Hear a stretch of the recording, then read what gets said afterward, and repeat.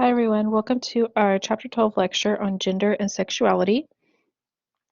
So today, I'm just going to go over some gender things. We're going to talk about the nature of gender differences and their effects on the roles of people. We'll talk about how gender identity develops and some of the major explanations for gender differences. Then we're going to skip to talking about relationships in adolescence and early adulthood, and talk about how people choose their partners. So first, starting with gender. So the term gender refers to our sense of being male or female. Gender is often incorrectly used in the place of the term sex. So whenever the term sex is used, that typically is referring to the sexual anatomy um, of a person. So gender can be different than sex. Sex is just referring to the again the sexual anatomy that a individual is born with.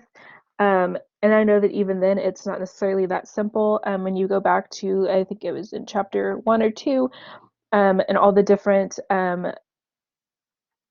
things that can go wrong with your sex hormones. So it's not necessarily that straightforward, but typically what it's referring to is if you're born XX, that means you're female, and if you're born XY, that means you're male. Gender is referring to your sense of being male or female. So you could be born XX, and your sex would be female, but your gender may be something different. So talking about sex differences first, there are a few differences between the sexes at birth. Boys tend to be more irritable, active, and fussier than girls. However, for the most part, boy and girl infants are very similar, and it's often difficult to determine the sex of an infant simply based on their behavior. So if you can imagine, if somebody presented you with two infants that were dressed exactly the same, let's say they're wearing an all-white outfit, um, nothing else, just plain all-white outfit.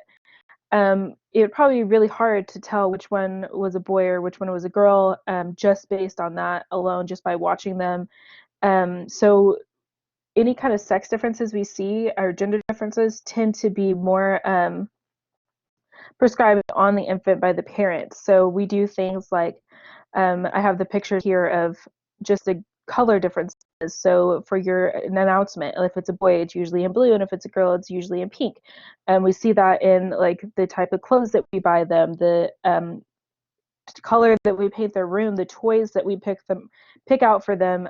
They're all usually color based in some way to show that it's a girl or it's a boy. A lot of times for infants, as for girls, parents will put a headband with a flower, a bow on the child so that everyone can tell that it's a girl.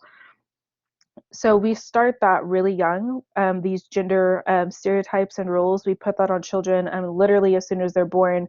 Boys maybe usually are wrapped with a blue blanket, and girls are wrapped with a pink blanket. So literally from the time that they have left the womb, we are putting these gender roles and expectations on them. So again, this is most of these differences you'll see in infants specifically are coming more from the prevailing culture and the parents' choices rather than actual differences between the sexes. So some other things you can see these gender differences come up. This is an activity we would have done in class, but so we talked about when a baby was born and when they come home from the hospital. You see differences in toys and books for children, so you're going to do an activity on that and looking at the differences between girl toys and boy toys, and you will see some differences there. Birthday party theme. So if you go to Party City, you have clearly a girl aisle and a boy aisle for birthday party decorations and activities and stuff. Um, Same with Halloween costumes. So we typically have, princesses, that kind of stuff for girls, and maybe more like superheroes kind of stuff for boys. This is talking about kids, and clearly there's a difference in Halloween costumes for adults as well, where everything for women has to be something sexy. So you might have the same character option. Let's just say Freddy Krueger is who you want to dress up as for Halloween. The male version just looks like Freddy Krueger in the movie, but the female version would be like a sexy Freddy Krueger with like a short skirt or something like that. So you do see those gender differences as well. Of course, in TV and media, so this is referring to how the genders are represented in TV shows or in commercials. So if you think about some shows that you watched as a kid, you think about how female characters are presented versus male characters. So female characters may be presented more as nurturing, maybe they're just pictured in the house more often, those kinds of differences. So that ties in with occupations as well. And so you could talk about what we talked about in chapter 10 with sex differences in work and occupations and how you don't see as many women in STEM, those kinds of things. You could also talk about what kind of roles you see women in on TV and that kind of stuff as well. Another This is another slide on this. So this is just showing you what I was talking about. So like the birthday card aisle, you can see these are clearly for boys and these are clearly for girls because of the differences. Um, and then I picked two toy examples. So these are examples of ads that are trying to get away from gender differences. So you have the work table like with tools and stuff, but you have both a boy and a girl playing together with it. And here on this Toys R Us ad, this is from the Netherlands, I believe. So you can see you have the switch of gender roles with the boy playing with the doll and the girl playing with the Nerf gun that isn't painted pink or purple. So some companies will do that too, where they're like, okay, well we make Nerf guns. Typically we market those toward boys, but let's make one for a girl, and then they'll make one, but it's pink and purple and sparkly or something like that. Um, Easy Bake Oven did that when it like first came out to try to get more customers, male customers. They made Easy Bake Oven for boys. It was probably like blue, but you could make like slime in it or something. And it's like, well, why can't they just play with the toy no matter what color it is? And then this example is a TV film example. So this is from How to Train Your Dragon. So you can see these two are both dragons, but the male dragon looks a lot different than the female dragon. She looks a little demure, soft, kind of like not dangerous, and he has more sharp lines and like bigger horns and stuff like that. So you see these differences in TV characters, even if they're animated animals as well.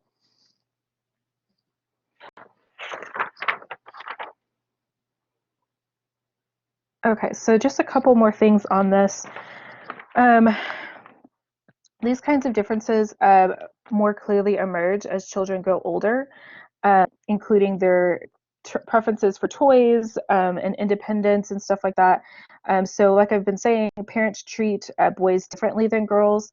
So boys are encouraged to be more independent than girls. So you'll actually see that boys start walking sooner than girls do because they're not protected as much. So um, parents will let the boy do stuff on their own more than they will a female child. Fathers also tend to play with boys more often. They play rough and tumble type games rather than things like peekaboo. Societal encouragement and reinforcement, as well as parental treatment, explain some of the reasons for differences between boys and girls and what they see as appropriate behaviors, identities, and preferences. And boys receive more reinforcement for playing with boy toys. It's not seen as a problem if girls play with boy toys, but it is a problem for boys to play with girl toys. So that's just one example of how society and parental influences affects children.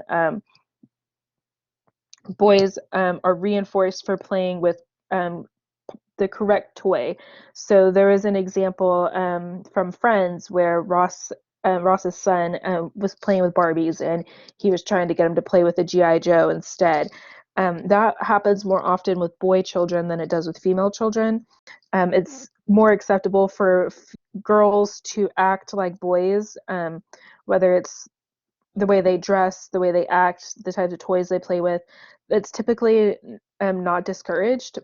It's more acceptable than if a boy were to want to dress up as a princess or, I don't know, play a girly game or something like that. That parents tend to look down on that and punish that more, as well as society, meaning that when a child goes to school, be reinforced or punished by their peers more often if a boy is playing or dressing in some type of girly way versus the other way around.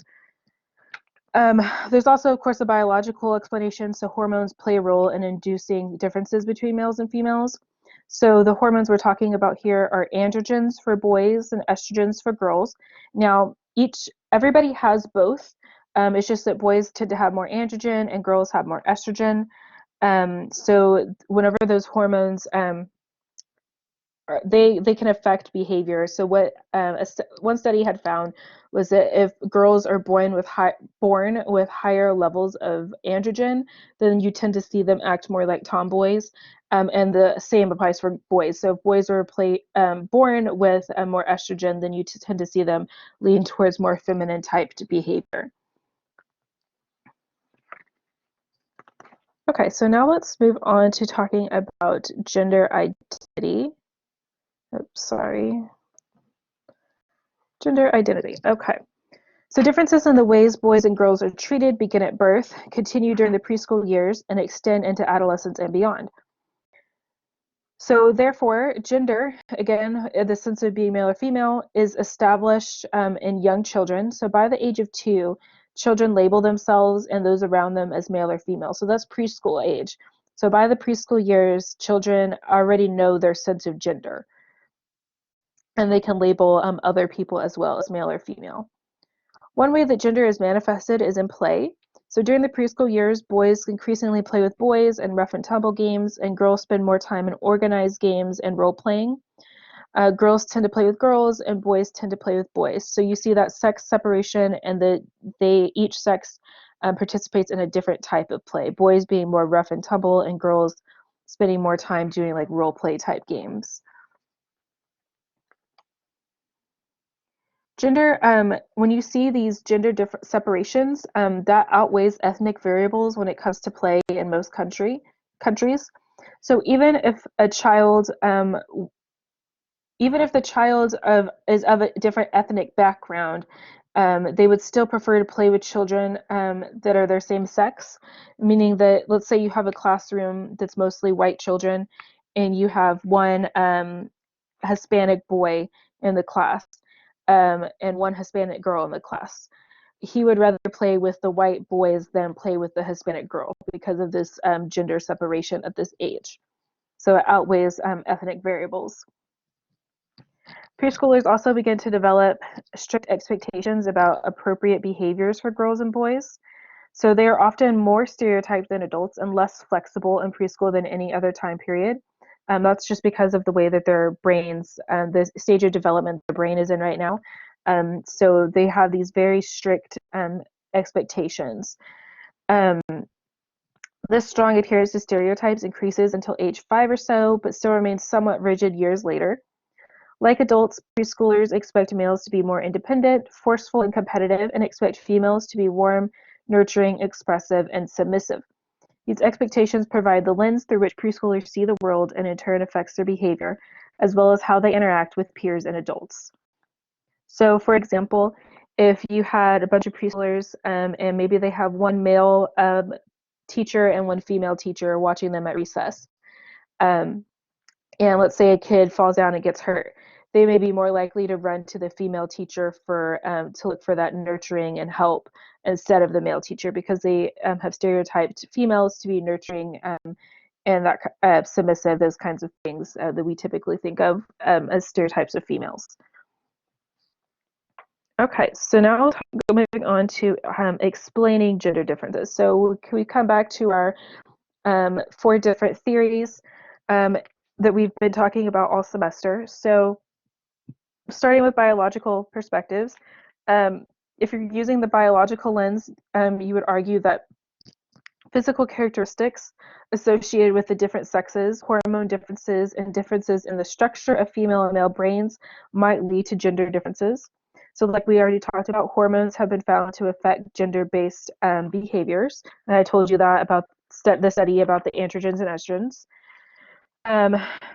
They've also found in the corpus callosum and the brain a bundle of nerve fibers that connects the hemisphere of the brain is larger in women than in men. So this may be due to girls' greater exposure to verbal interactions rather than an innate biological mechanism.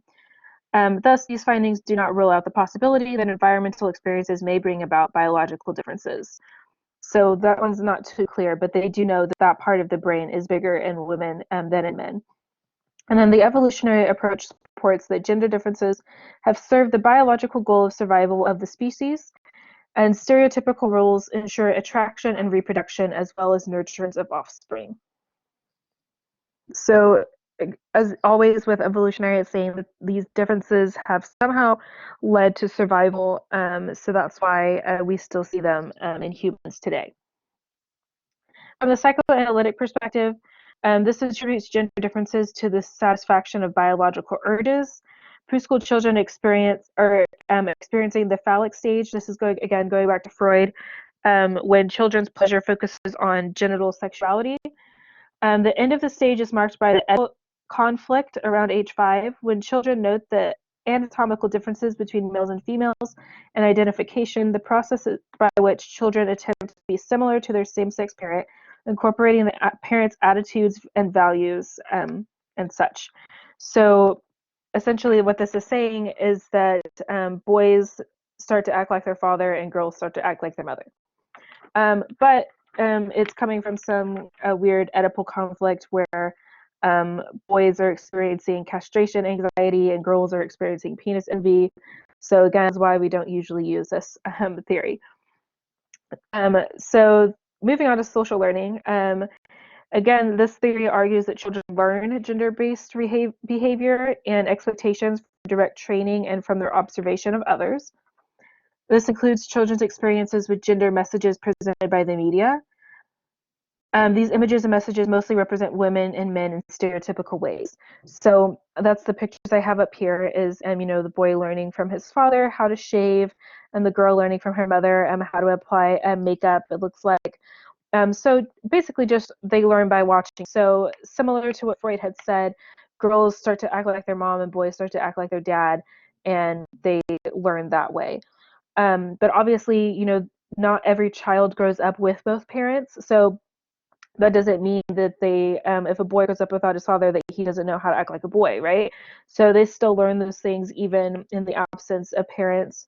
And that's, again, where you might have media come into play. So we learn from watching TV all the time on how we're supposed to act, how boys and girls are supposed to act, how they're supposed to dress, talk, all those kinds of things, and we emulate that. Just like if you have a favorite, celebrity as a child, you want to try to be like that person. Um, we also learn from our peers, from your environment, your neighborhood, those kinds of how you see boys and girls acting in your neighborhood or at school is probably how you're going to try to act as well. Lastly, we have the cognitive approach, which argues that individuals develop a gender identity, which is the perception of oneself as male or female. In order to do this, they develop a gender schema or a cognitive framework that organizes information relevant to gender. So essentially, what a gender schema is referring to is like if you picture in your brain, you have a box that's labeled boys and a box that's labeled girls, and you fill in those boxes with your expectations. So if you think that boys, let's say from a child's perspective, that boys wear pants, then pants would go in your boy box, and let's say dresses go in the girl box. If you think that boys play football, then football would go in the boy box, and let's say playing house goes in the girl box. Those kinds of things. Whatever your expectations are for gender, they go in the box that is labeled boy or girl. So you have that cognitive framework, and that is the beginning of developing your gender identity. So like we discussed, preschoolers begin developing rigid rules about what is appropriate for males and females. And according to this theory, this is reflecting the level of understanding of gender. Specifically in preschool kids, it reveals their erroneous assumption that sex is based on gender, meaning that let's say you have a preschool child that's female, and her idea of what a boy is that boys wear pants and girls wear dresses. So one day you're getting her dressed and you try to put a pair of pants on her. She might get really upset because she thinks that only boys wear pants, but it's deeper than that, and that she thinks that if she puts the pants on, she's going to become a boy. So their idea of what gender and sex is like intertwined, and that's not correct. So we know that just because she puts the pants on, like, she's still going to be a girl. But at this age and with this kind of level of cognitive understanding, they don't understand that you can't switch sex just by doing something boys typically do or doing something girls typically do. So by the time they're 4 or 5, children develop an understanding of gender constancy, which is the belief that people are permanently males or females depending on fixed, unchangeable biological factors. So by age 4 or 5, they understand that just because I put a pair of pants on doesn't mean I'm going to turn into a boy. Okay, so that is it for gender. So we're going to move on to talking about relationships now. So we're just going to start with adolescence and talk about some teenage relationships. So although today's teens usually think of dating as an outdated and limiting practice, they typically prefer terms such as hooking up. Dating remains the dominant form of social interaction that leads to intimacy among adolescents. So some functions of dating. Dating serves the functions of learning how to establish intimacy, entertainment, and developing one's own identity. Research indicates that most dating in early and middle adolescence is superficial. It does not help in learning to establish intimacy. Individuals rarely let the guards down and truly get to know one another, even if sex is part of the relationship. So this is talking about like maybe middle school, early high school years. You typically don't see that established intimacy part come into play yet, as they're very superficial relationships. True intimacy is more common in late adolescence, where it can be a potential prelude to marriage. Individuals start to take relationships more seriously, maybe towards maybe the last 2 years of high school. You can think of as like maybe that range, and people start to date more seriously. It starts to look more like adult relationships, and you may even get married to that same person you were dating in high school. And then, of course, entertainment, just someone to have fun with, someone to do things with.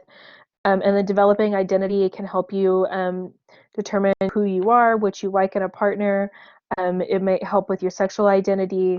Any of those things can be a part of that. So this is mostly for heterosexual relationships. For homosexual adolescents, dating presents challenges such as homophobic prejudice, and finding partners willing to openly express their sexual orientation. So you typically don't see homosexual adolescents or whatever term they want to use. You typically don't see them having any partners during this time because it is harder for them.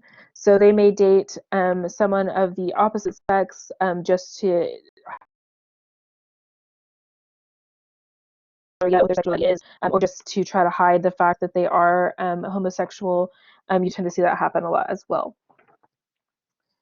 Cultural influences affect dating patterns for minority adolescents, especially if the concept of dating is unfamiliar to their parents. Parents may try to control who their child dates in order to preserve their cultural values or make sure that the child dates within their race or ethnicity.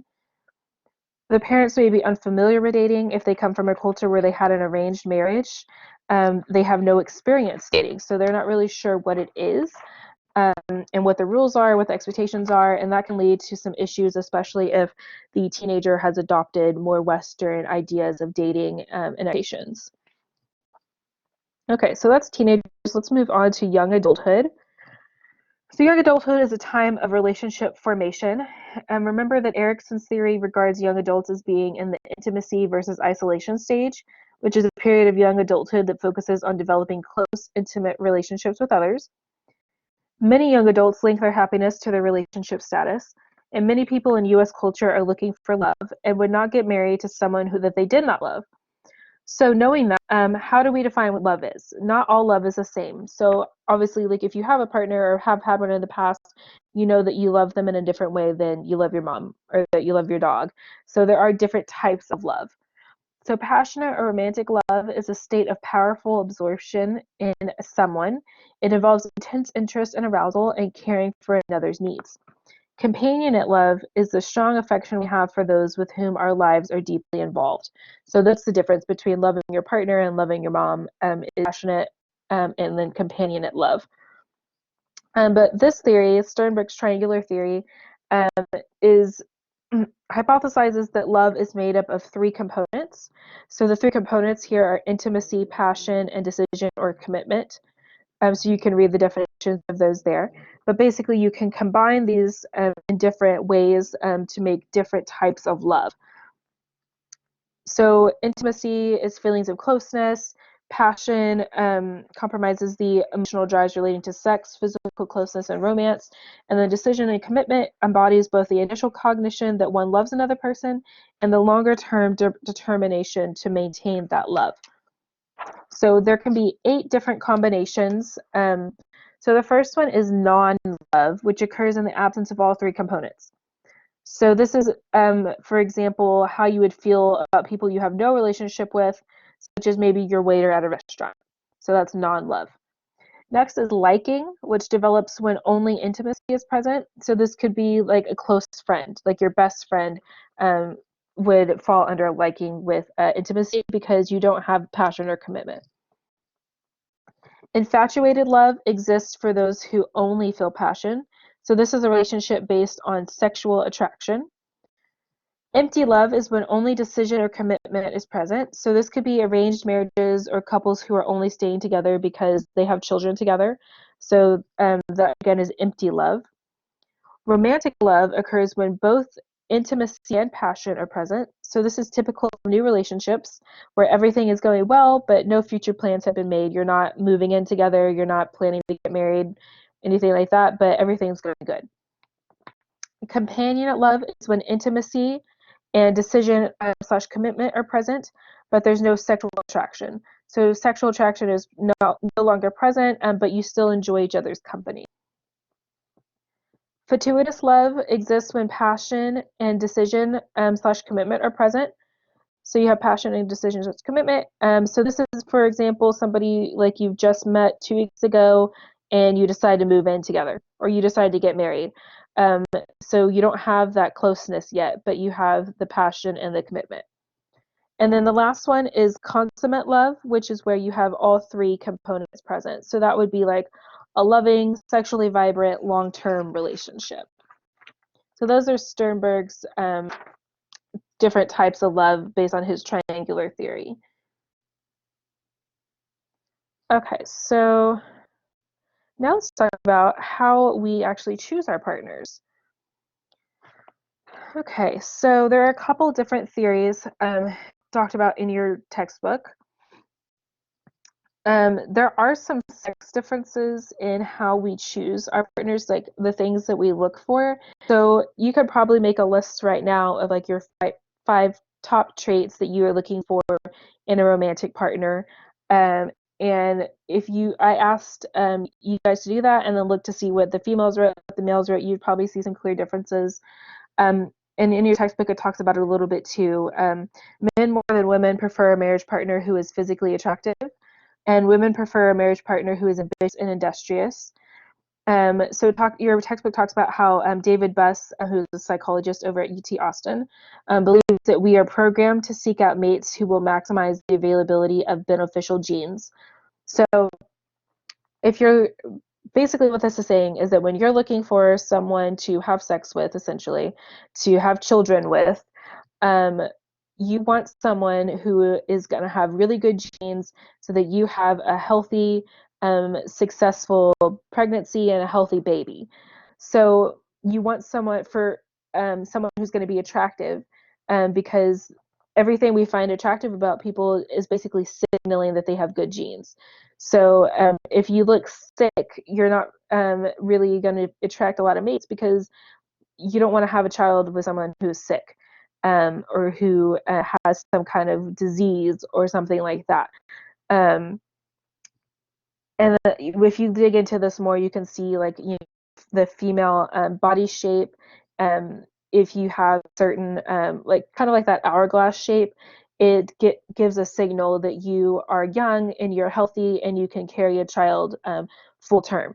So that's why men tend to prefer physical attractiveness more than women, because women are more concerned about can you take care of me and can you take care of my child. So that's why women want men who have a job, who have goals, who have ambitions, who have money, because they need someone that's going to stick around and take care of them and be able to provide for them. So the critics of this theory argue that similarities reflect gender stereotyping and have nothing to do with evolution. Moreover, the theory, as it has been stated, is untestable. So that's evolutionary theory. Next is the filter theory, which says that we select a partner by using finer and finer filters to sort through the potential mates. We start with attractiveness and then start looking at compatibility. So this is a perfect example of how online dating websites or apps work. So again, you have those traits that like you want in a partner. So typically with everyone, we start with attractiveness, especially if you're using something like Tinder. You're mostly basing that swipe on the picture that you see. So that's attractiveness. You're either attracted to them or you're not. So that's the first thing. And then if you are attracted to them, you click on the profile and then you start reading and see, okay, what kind of job do they have? What do they say their interests are? Um, do they put some funny in their bio? Is that something you're looking for or not? Do they have the same musical interests as me? Are they religious? All those kinds of things. And so you find someone who meets all your criteria. So people tend to want partners that are very similar to them in a lot of ways. So similar age, same race, same religion, same education, et cetera, et cetera. We tend to like people who are like us. People also tend to marry according to what is called the marriage gradient, where men tend to marry smaller, lower status women, and women tend to marry older, larger, higher status men. This means that as they age, men have a larger pool of potential mates. And that I think ties back to our evolutionary theory of what we're looking for. So men want younger women who are able to have children, healthy children, and they don't really care about your status as much as women care about a man's status. So that's I think is why you see the difference in the marriage gradient there. No matter what techniques are being used, before the came around, people typically met their partner through social environments. So someone they worked with, someone they went to school with, a friend of a friend, met at a party, etc. But now we have technology and dating apps and those kinds of things. So that may be changing some of this stuff. Um, Dating apps offer unpredictable rewards, similar to playing a slot machine. So you know something good will happen eventually, but you don't know when it will happen. So that's how those apps keep you hooked and keep you using them. So even if you match with someone and you're having a great conversation, you probably tend to still go back and still keep looking because you're looking for that excitement, that surge of serotonin whenever you get that match. So for a lot of people, it's really addicting because you could just sit there and swipe for hours and just keep waiting for matches to show up because you don't know when the reward is going to come. So it may cause some issues for people with the addiction aspect, but also with actually developing a relationship with people you match with because you're too busy going back through and looking for more matches. It also gives you an idea that like there's a better option out there, so you're less likely to settle on whoever you matched with already because you think, okay, well, if I keep swiping, I'll find someone even better than this guy or this girl, and I'll just keep looking and looking, and nothing's ever good enough because you don't know what's out. So you can do this study even with like grocery store items. If you give people too many options, they can't make a decision. But if so, let's say you're shopping for ranch dressing, and I give you 10 different ranch dressing options.